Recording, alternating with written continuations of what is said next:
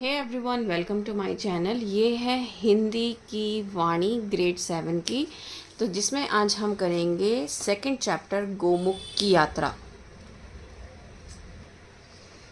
उस रात तीन तीन कंबलों के नीचे लेटा विनोद अपने पापा से गंगा जी, शिव जी और राजा भगीरथ की कहानियां सुनता रहा।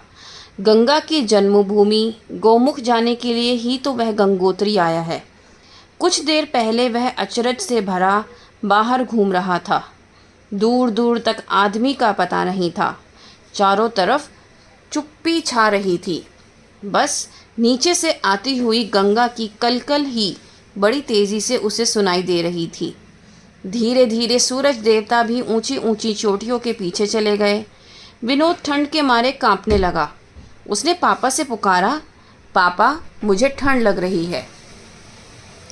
तो ये बात हो रही है विनोद की। विनोद क्या कर रहा था, पापा से गंगा जी की और शिव जी, राजा भगीरथ की कहानियाँ सुन रहा था। फिर उसके बाद बताया गया है कि जो सूरज था वो भी ढल गया था और ठंड बढ़ गई थी। जवाब दिया स्वामी जी ने, आओ विनोद, अंदर आ जाओ, दूध तैयार है।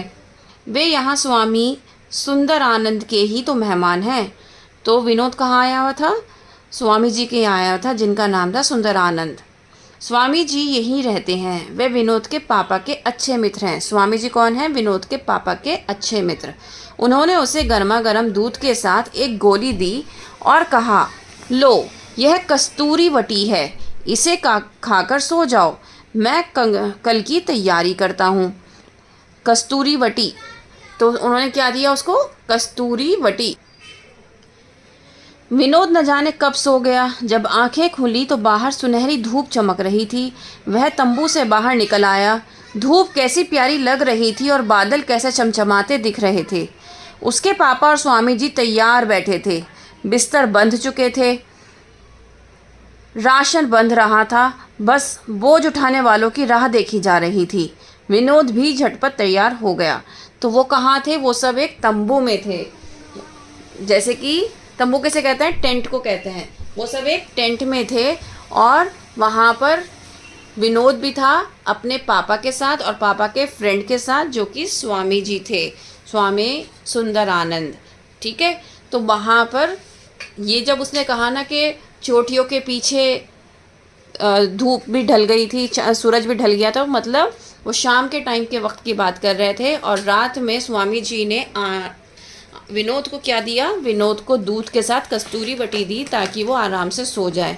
और जब सुबह में उठा तो उसने देखा कि धूप खिली हुई है, सब जो सामान था वो सब बंध चुका है। अब बस जाने की तैयारी थी। तो जल्दी से विनोद भी तैयार हो गया। बोझियों के आते ही हम सब गोमुख की ओर रवाना हुए। अब ये बोझियों कौन होता है? जो सामान ढोते हैं, जो सामान लेकर चलते हैं। रास्ता चढ़ाई का था और तंग इतना कि ज़रा सा पैर डगमगाया नहीं कि पाताल में बहती गंगा में ही शरण मिले। पाताल मतलब जो नीचे गंगा बह रही है उसमें ही आप गिरोगे। स्वामी जी ने ढाढ़स दिलाया, उन्होंने हिम्मत दी। पहाड़ में ना तो सोचा जाता है ना ही रुका जाता है, बस चला जाता है। और उन्होंने एक और इशारा करते हुए कहा, विनोद उस पार देखो, वह जो पतली सी दूध जैसी धारा ऊपर से गिर रही है वह देव गंगा है। पिछले वर्ष यह इतनी नाराज़ हुई, इतनी तेज़ हुई कि यहाँ का सब कुछ बहा ले गई, किसी का कहीं पता नहीं लगा। तो जब वो चल रहे थे, स्वामी जी और सब लोग चल रहे थे, तो उन्होंने स्वामी जी ने इशारा करते हुए देव गंगा को दिखाया कि ये देव गंगा है और ये पहले इतने उफान पे थी पिछले साल कि सब कुछ बहा ले गई अपने साथ। विनोद कांप उठा। सच? कहाँ गए वे सब? गंगा में बह गए? किसी का कुछ पता नहीं चला। विनोद और उसके पापा स्वामी जी के संग तेजी से घने जंगलों के बीच से जाती हुई पगडंडी से नीचे उतरने लगे। पगडंडी का मतलब होता है कठिन रास्ता जो बहुत पतला हो, जो पतला रास्ता होता है। वहाँ एक डाक बंगला था जहाँ उन्हें रुकना था, लेकिन वे वहाँ पहुँच पाते कि बड़ी बड़ी बूंदें पड़ने लगीं। उन्हें दौड़ना पड़ा। डाक बंगले में तुरंत बिस्तर बिछा दिए गए। पापा ने विनोद को 2 मोटे मोटे कंबलों से ढक दिया। बोझियों ने दूसरे कमरे में आग जला दी।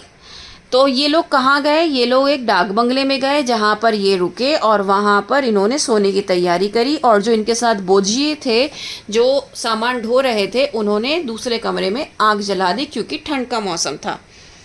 जब डाक बंगले में भोजन बन चुका तब एक नन्ही सी मोमबत्ती की रोशनी में सबने गर्मा गर्म खाना खाया।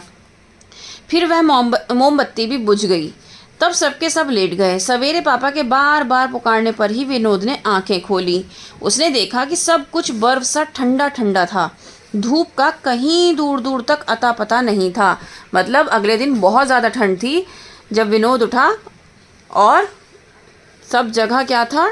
ठंडा ठंडा था। फिर आगे की यात्रा प्रारंभ हुई। आगे का मार्ग और भी दुर्गम था, मतलब और भी ज़्यादा कठिन था। लेकिन स्वामी जी ने कहा, मेरे पीछे पीछे चले आओ, तुम्हारे पीछे तुम्हारे पापा रहेंगे, तुम्हें डरने की ज़रा भी ज़रूरत नहीं है। तो स्वामी जी ने किसे कहा? ये बात विनोद को कही। विनोद स्वामी जी और पापा के बीच में चल रहा था। बहुत देर तक वे सब रास्ते पर कभी ऊपर चढ़ते और कभी नीचे उतरते रहे। वर्षा फिर से होने लगी थी। विनोद ने रेनकोट पहन लिया था। उसे अब भय ने जकड़ लिया, मतलब वो डर गया। वह कदम कदम पर लड़खड़ा जाता था। यह देखकर स्वामी जी ने उसे अपनी पीठ पर चढ़ा लिया। बहुत देर तक वह आंखें मींचे स्वामी जी की पीठ से ही चिपका रहा। फिर आंखें खोलकर एकाएक उसने कहा, मुझे उतार दीजिए, अब मैं चल सकता हूँ। पहले वो किनकी पीठ पर रहा? स्वामी जी की पीठ पर, क्योंकि वो डगमगा रहा था डर के मारे। वर्षा बराबर तेज़ होती जा रही थी, लगातार तेज़ होती जा रही थी। इससे चारों ओर धुंधला छा गया था, मतलब वहाँ पे धुंध छा गई थी। जब ठंड के मौसम में बारिश होती है तो और ज़्यादा ठंड बढ़ जाती है, तो धुंध आ जाती है। स्वामी जी को गोमुख ढूंढने में परेशानी हो रही थी, लेकिन वे कहाँ हार मानने वाले थे। एक चट्टान पर चढ़कर सामने देखा तो वे खुशी से चिल्ला उठे, वह रहा गोमुख, मेरे पीछे पीछे आ जाओ। कुछ ही क्षण बाद विनोद ने एक नदी की तेज बहती धारा को देखा जो एक बर्फ की गुफा में से निकलकर पत्थरों से टकरा टकरा कर नीचे भागी जा रही थी। तो मतलब ये जो बर्फ की नदी थी, एक नदी की तेज बहती धारा, मतलब बर्फ की गुफा थी और वहाँ से क्या निकल रहा था? पानी निकल रहा था, नदी का पानी निकल रहा था। नदी की एक तेज धारा थी जो वहाँ से बह रही थी और पत्थरों से टकराकर नीचे गिर रही थी। विनोद ने मुस्कुराते हुए पूछा, क्या यही गंगा है? हाँ, यही है। देखो ना, बर्फ़ के इस पहाड़ के भीतर इसका जन्म हुआ है, मतलब इसके अंदर इसका जन्म हुआ है, बर्फ़ के इस पहाड़ में। हाँ हाँ, आ जाओ, मेरी उंगली पकड़ लो, स्वामी ने हाथ बढ़ाते हुए कहा। स्वामी जी ने विनोद को थाम लिया, पकड़ लिया और गुफा अंदर जाने को दौड़ने लगे। डर के मारे विनोद ने आंखें मीच ली और उनसे चिपट गया। ठंड तो जैसे उसकी हड्डियों को चीरे डाल रही थी। कुछ क्षण बाद कांपते कांपते विनोद ने अपनी आंखें खोली। स्वामी जी ने खाने को कस्तूरी बटी दी और कुछ मीठी मीठी गोलियां दी। बेसिकली ये जो गोलियां वो दे रहे थे वो गर्माहट पहुंचाने के लिए दे रहे थे। स्वामी जी हम सबको उस ओर ले गए जहाँ एक छोटी सी गुफा थी। उन्होंने एक बोझी से कहा, भागकर वहाँ जाओ और आग जला दो, हम सब अभी आते हैं। जो उनके साथ उनका सामान उठा रहे थे उनसे कहा कि तुम वहाँ जाओ और वहाँ पे आग जला दो, फिर हम भी वहाँ पे आ रहे हैं। जब हम सब गुफा में पहुँचे तो खूब तेज़ आग जल रही थी। विनोद एकाएक बोल पड़ा, कितनी छोटी गुफा है पापा, आप तो बैठ भी नहीं सकते। सचमुच गुफा छोटी थी, फिर भी वे सब किसी तरह आड़े तिरछे होकर आग के चारों ओर बैठ गए। लो चाय पियो, आलू के पराठे और हलवा अभी गर्म हुआ जाता है, स्वामी जी ने विनोद की पीठ थपथपाकर कहा। मतलब वहाँ पर वो इतनी सी जगह में आग भी जला रखी थी, खुद भी बैठे हुए थे और खाने का भी सब सामान गर्म हो रहा था। विनोद मुस्कुराया, आहा, कांपते हाथों से गरम गरम गिलास पकड़ना कितना अच्छा लगता है और कैसी प्यारी है यह भाप, क्योंकि ठंड बहुत थी। विनोद की बातें सुनकर सब जोर से हंस पड़े। इसी तरह हंसते खाते 2 घंटे बीत गए, पर वर्षा अभी भी हुए जा रही थी। स्वामी जी बोले, होने दो, अब तो घर ही लौटना है, क्योंकि वो गोमुख की यात्रा कर चुके थे। गोमुख दर्शन के रोमांच से विनोद को ताकत से भर दिया। मतलब अब वो क्या था, अब उसके अंदर एक ताकत आ गई थी। कैसी ताकत? क्योंकि वो एक तो बिल्कुल पतले रास्ते से, ख़तरनाक रास्ते से वो वहाँ तक पहुँचा था, तो अब उसके अंदर एक हिम्मत थी। अब उसे कुछ भी परेशानी सता नहीं रही थी, न ठंड, न पानी, न संकरा खतरनाक रास्ता, न ठंडे कोहरे से ढके पहाड़।